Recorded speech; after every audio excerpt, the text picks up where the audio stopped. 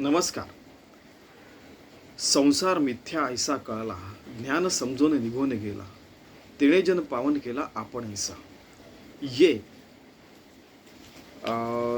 दशक 14वां और समाज 7वां में की ओवी है और यह 91वीं ओवी है दासबोध नित्य पाठ, जो मेरे सदगुरु स्वामी माधवनाथ माधव विष्णु वाकड़े इन्होंने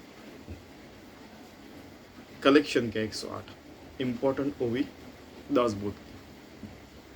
तो इसमें यह कहा गया है कि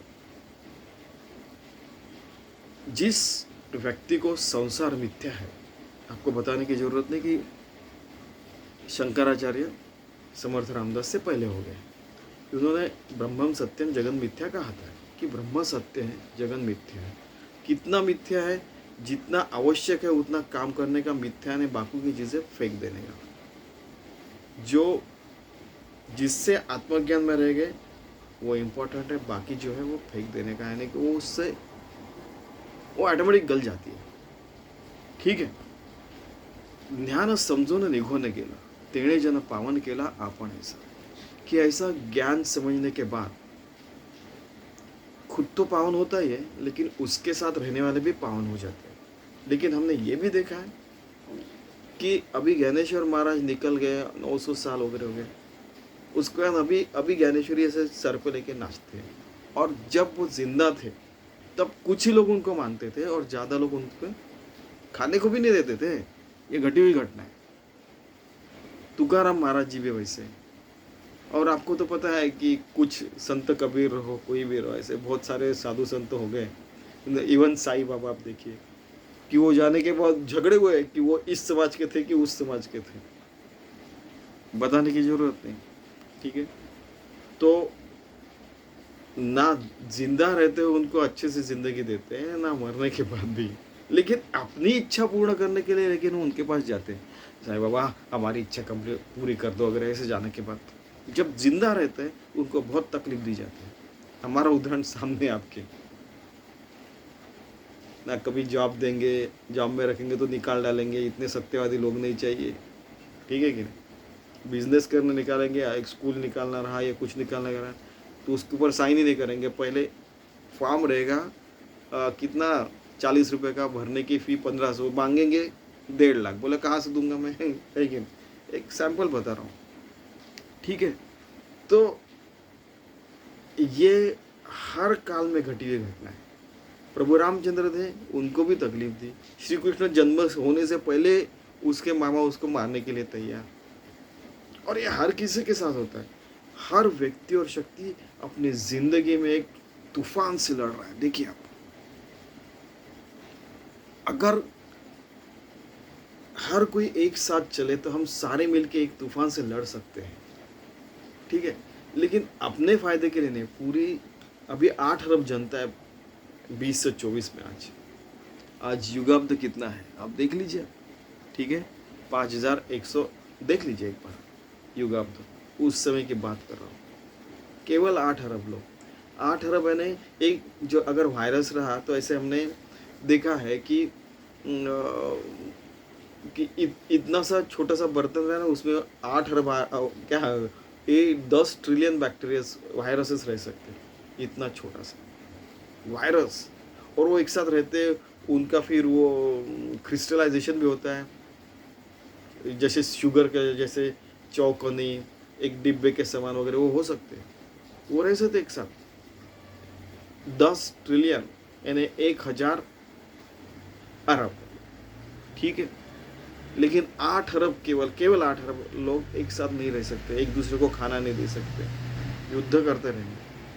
तो फिर कैसे होगा. संसार मिथ्या. फिर उस जो फिर वो जिनके ऊपर बीतती हो तो कहेंगे हट बेकार है. जो युद्ध क्षेत्र में रहते हैं सब नाशी बनते ही बोलेंगे. ठीक है कि नहीं. दुनिया में अभी कम से कम 10 जगह युद्ध चल रहा है. अभी एक कोई बम्बई से आया उसको उसके सामने कह रहा हूँ. ठीक है. ज्ञान समजून ज्ञान समजून निघून गेला, तेणे जन पावन केला आपण ऐसा. कि हमारे साथ हम पावन हो गए तो सारे लोगों के साथ हम भी पावन हो सकते हैं. और हम पावन रहे और वो भी पावन रहे तो पूरा आनंदवन भुवन निर्माण होगा. ये देखिए केवी बेलसर है, प्राध्यापक के बेलसरे का ये दासबोध है और ये सज्जनगढ़ सातारा ने ये अप्रूव किया हुआ है। और इसमें सबसे पहले क्या दिया है, जो हम लोग, मैंने आपको बताया था लास्ट टाइम कि हमने 1992 तक के साथ कितने सारे पारायण किए। सबसे पहले दिया है समर्थ रामदास खुद आनंदवन भुवनी, आनंदवन भुवन उनको निर्माण करना। पारमार्थिक दृष्टिया सोलियु सुख, असली परमार्थ क्या और असली सोलियु सुख क्या, उसके बारे में समर्थ ने पहले बताया। उसके ऊपर फिर एक दासबोध बताया कि मुझे आनंदवन भुवन निर्माण करना है, मुझे राम राज्य निर्माण करना है, जहाँ हर कोई शुद्धता से अपनी जिंदगी जिएगा, हर कोई सच बोलेगा, हर कोई ऑनेस्ट रहेगा, सदाचार चलेगा, सदाचारी लोग ही राज्य में रहेंगे, सदाचारी लोग ही पूरा समाज चलाएंगे। और अभी आप देखिए क्या हो रहा है, ठीक है। तो ये कई बार समर्थ ऐसे जैसे तलवार निकाल के बात करते हैं, वैसे कड़क बात करते हैं एकदम।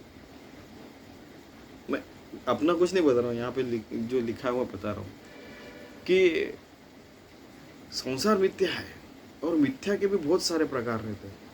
मिथ्या किस दृष्टि से, जैसे स्वामी विवेकानंद थे। विवेकानंद कहते थे कि 100 साल बाद मैं नहीं था, पहले मैं नहीं था, और 100 साल बाद मैं नहीं रहूंगा। तो अभी मैं हूँ, लेकिन वो भी जब जिंदा थे तब भी उनको, आपको पता है ना, उनको ना जॉब मिला, उनको भी बहुत तकलीफें हुई, लेकिन वो बताते नहीं, ठीक है। उनको भी बहुत सारी तकलीफें झेलनी पड़ी। यानी कई बार ऐसे होता है कि कोई दूसरे लोग हमारे काम में आते लेकिन अपने लोग काम में नहीं आते। जैसे ज्ञानेश्वर महाराज को खाने को नहीं दिया, कई सालों तक भिक्षा नहीं देते थे उनका। यानी आप एक बार ज्ञानेश्वर सिनेमा देखना है, एक बार तुकाराम जी का भी सिनेमा देखना है, इतनी तकलीफें थी, आप देखिए एक बार। और वो संत कबीर जब गुजर गए तो वो ये समाज के थे कि वो समाज के थे, झगड़ा। जैसे झगड़ा एक ही काम बचा है अपने मानव जाति को।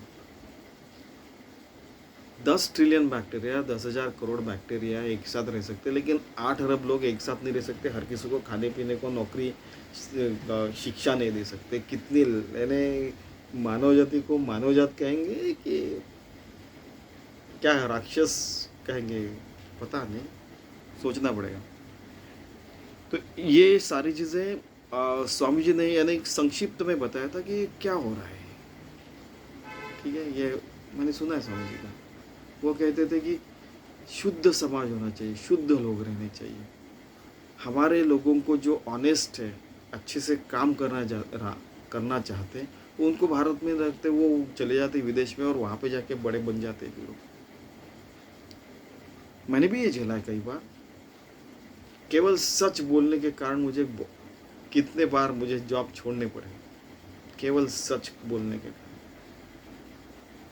प्रूफ बताया मैंने, ये देखो, ये कागज, ये देखो, इसके ऊपर ये देखो, मेरे लोगों के, हमारे, आपके सब की साइन है, और फिर भी आप मुझे निकाल रहे हैं, मैं झूठ बोल रहा हूँ करके। ये साइन के झूठ बोलती है क्या? लेकिन चलता है, क्या करेंगे। फिर झगड़े में समय व्यतीत करने से अच्छा प्राइवेट में क्या रहता है, दूसरा जॉब लेने का, आगे चलने का। अपने को बहुत समय मिलता है। फिर जब जॉब नहीं रहता तो लोग बोलते तेरे को तो जॉब नहीं है, क्या काम धंधे। उस समय रिसर्च पेपर लिखने का, किताबें लिखने का, अपना समय अच्छी जगह लगाने का। और नामस्मरण, हमको तो बहुत नामस्मरण की, शुद्ध रहने की तो बहुत आदत है, तो वो शुरू रखने का। कई लोग कहते हैं कि परमार्थ जो आदमी खाली उसका जॉब है, ऐसा नहीं है। जो बिजी रहता है वही अच्छे काम कर सकता है।